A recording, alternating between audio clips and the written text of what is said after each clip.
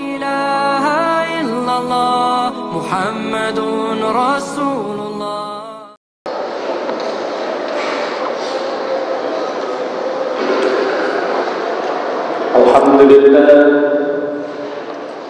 الحمد لله الذي جعل الوصية سيمة هذا الدين ليكون رحمة إلهية للعالمين.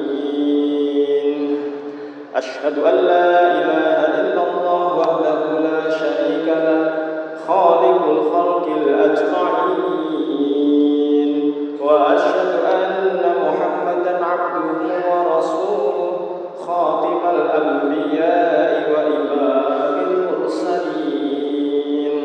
اللهم صل وسلم على نبينا محمد وعلى آله وصحبه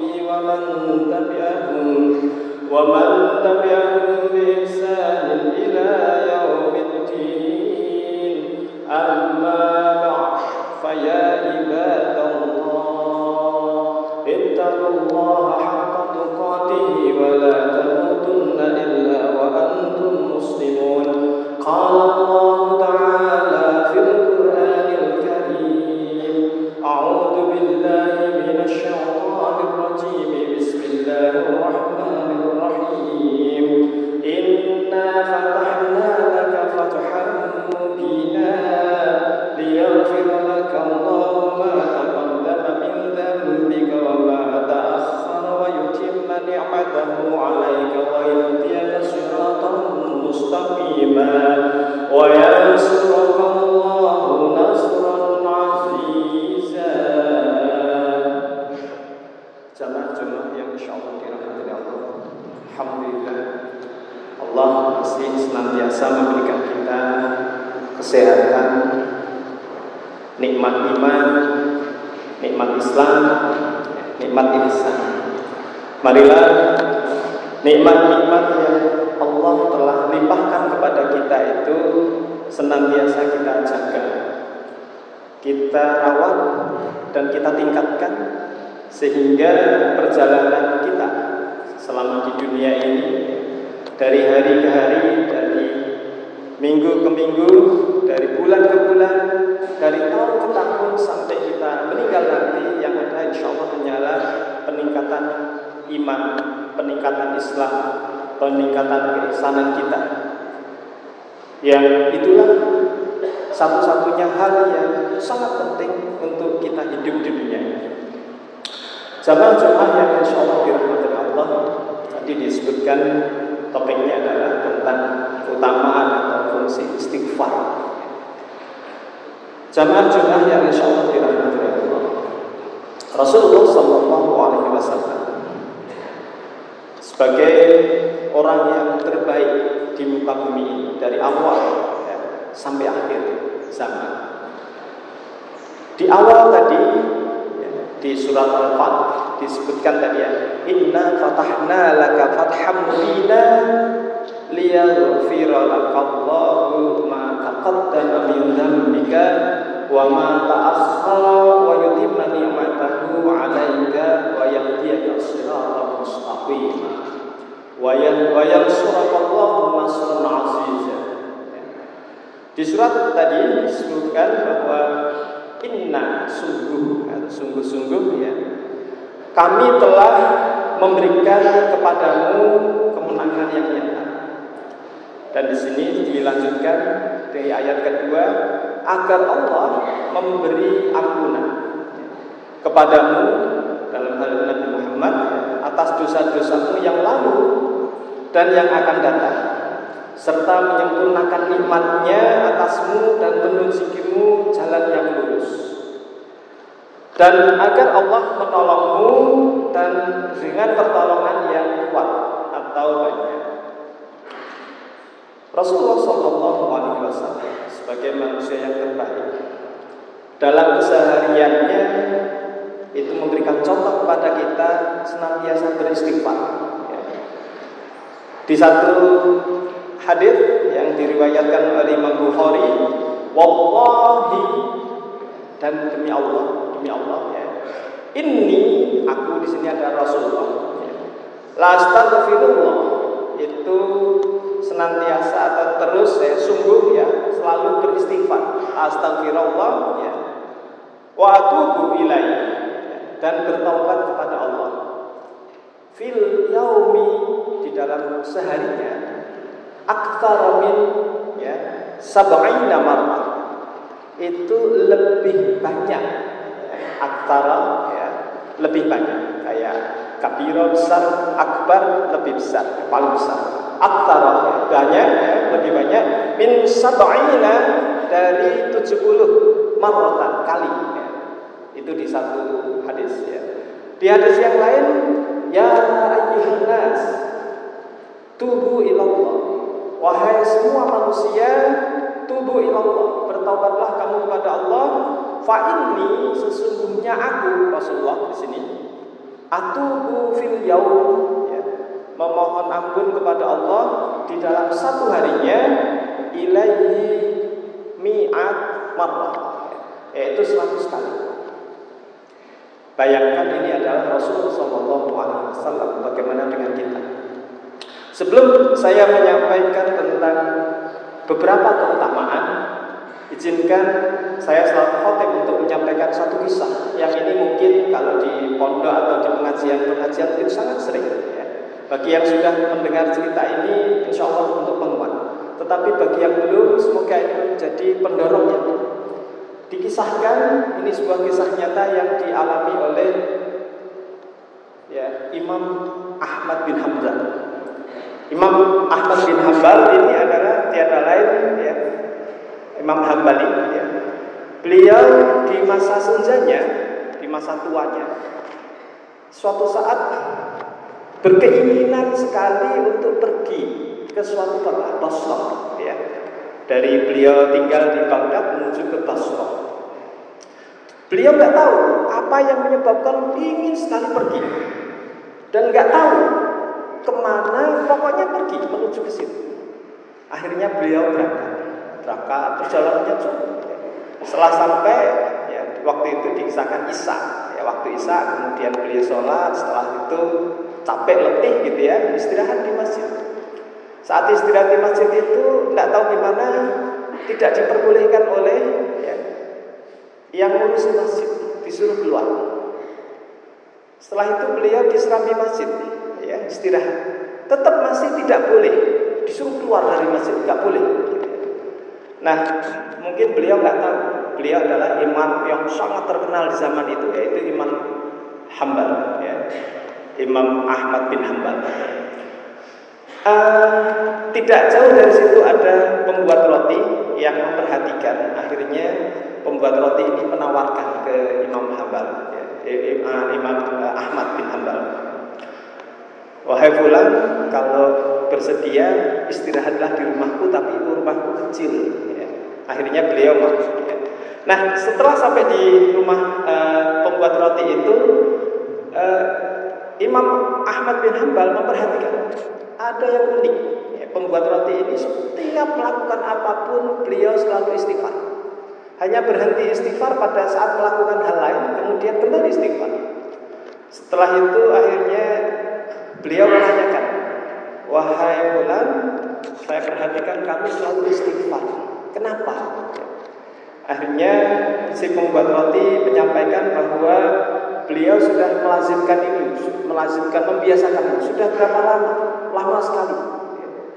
Nah, apa yang kamu peroleh dari melazimkan istighfar itu? Kemudian pembuat roti menyampaikan, alhamdulillah semua yang aku inginkan dikabulkan oleh Allah. Hanya satu yang belum. Apa itu? Yaitu selama aku hidup, saya ingin sekali bertemu dengan Imam Ahmad bin Hanbal. Saat itu juga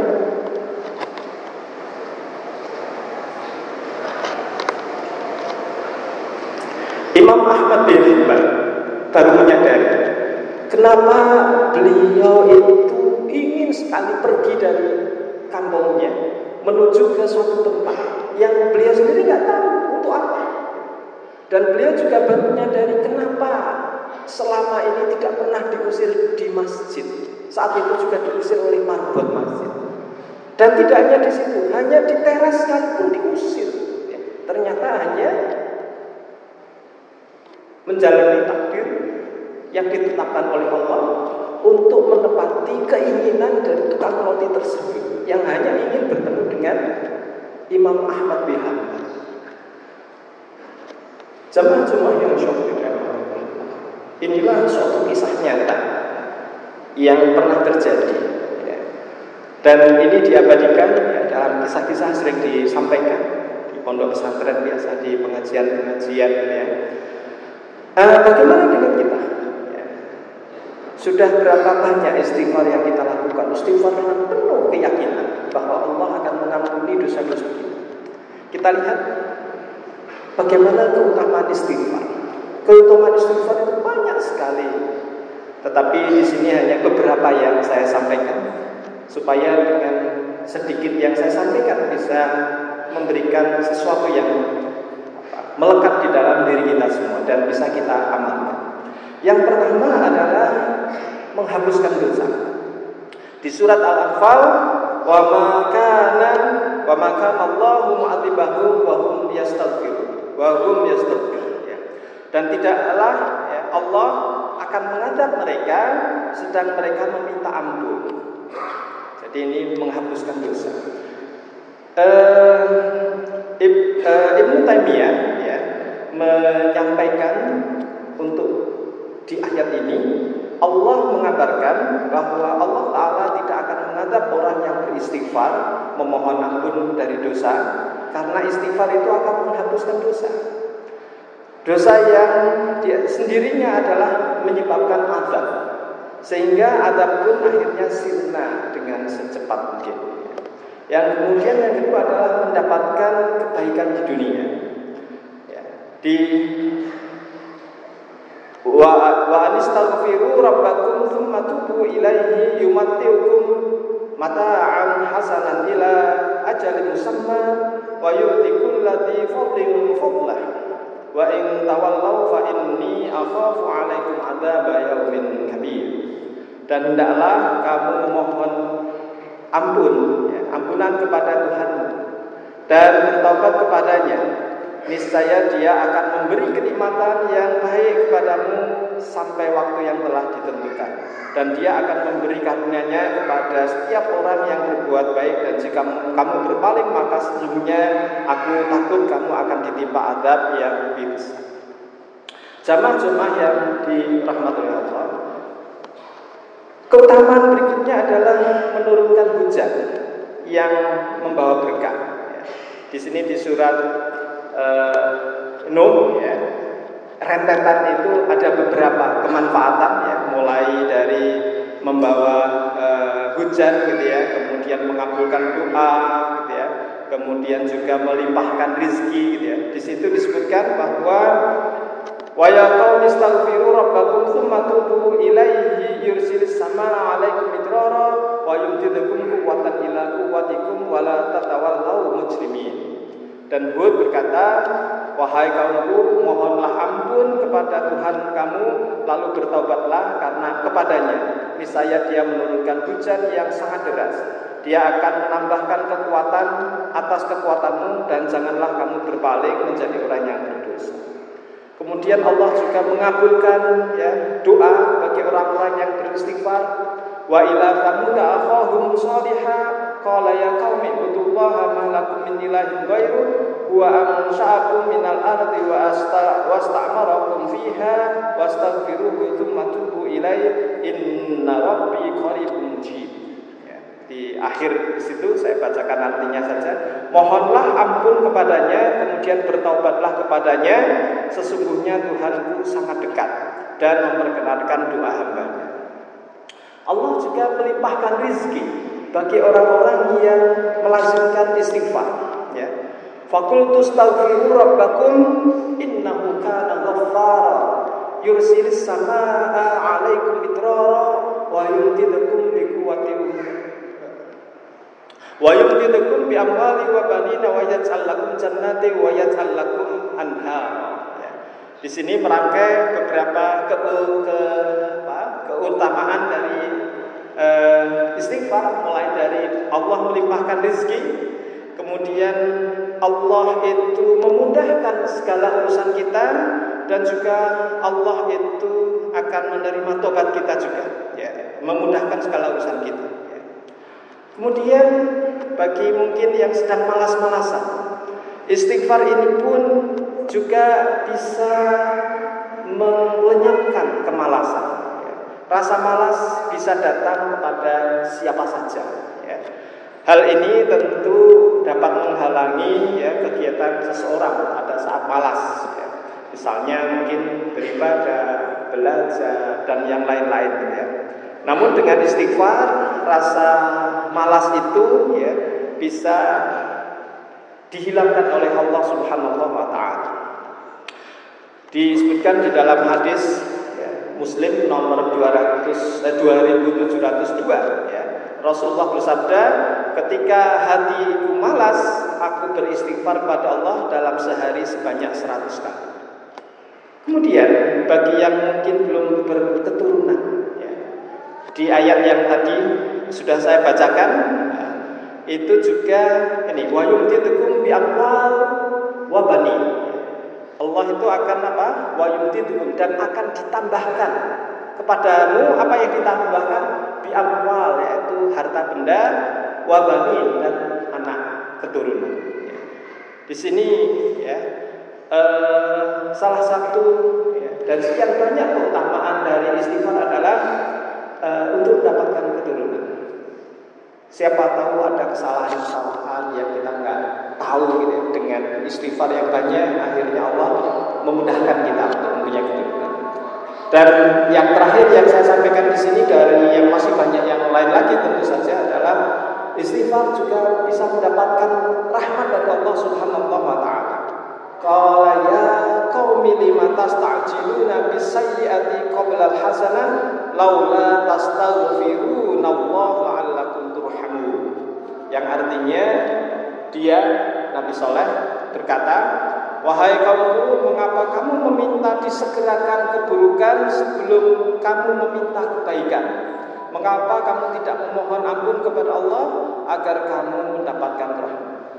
Jamaah Jumat yang insya Allah dirahmati Allah. Lalu kapan kita harus beristighfar?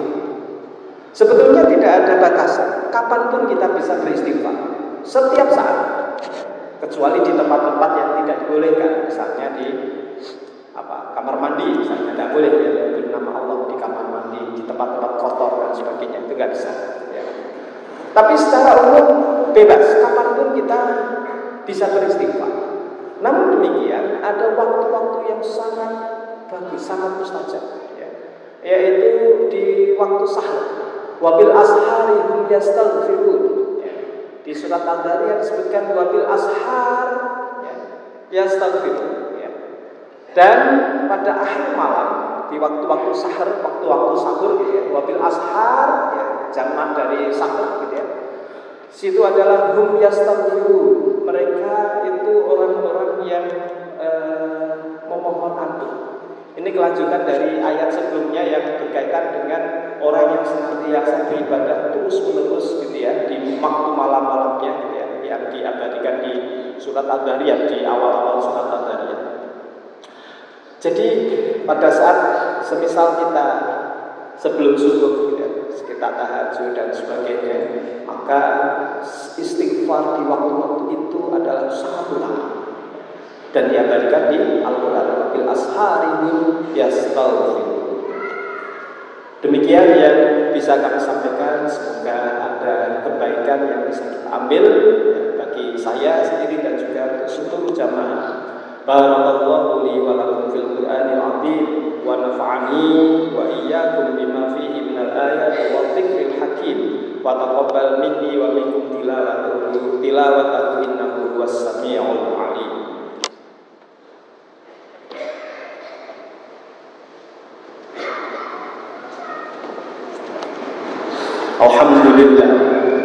Alhamdulillahi ala ihsani wa syukru lahu ala syukru. Alhamdulillahi ala ihsanih wa syukru lahu ala taufiqih wa imtihanih. Wa asyhadu an la ilaha illallah wahdahu la syarika lah ta'ziman li sya'nih wa asyhadu anna nabiyyina Muhammadin abduhu wa rasuluh ad-da'i ila ridwanih. Amma ba'd, fa ya ibadallah ittaqullaha haqqa taqwa wa ati'u fis sirri wan najwa. Thumma sallu wa sallimu 'alal hadiyil basir was-sirajil munir nabiyina Muhammadin sahibil fadlil kabir. Faqad qala Allah ta'ala fi kitabih innallaha wa malaikatahu yusholluna 'alan nabi ya ayyuhalladzina amanu shallu 'alaihi wa sallimu taslima. Allahumma shalli 'ala Muhammad wa 'ala ali Muhammad kama shallaita 'ala Ibrahim wa 'ala ali Ibrahim fil alamin innaka Hamidum Majid.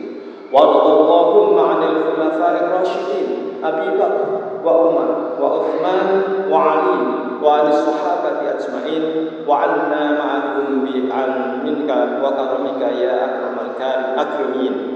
Allahumma ighfir lil mu'minina wal mu'minat wal muslimina wal muslimat al ahya'i minhum wal amwat innaka sami'un qaribun mujibud da'wat wa ya qadiyal hajat.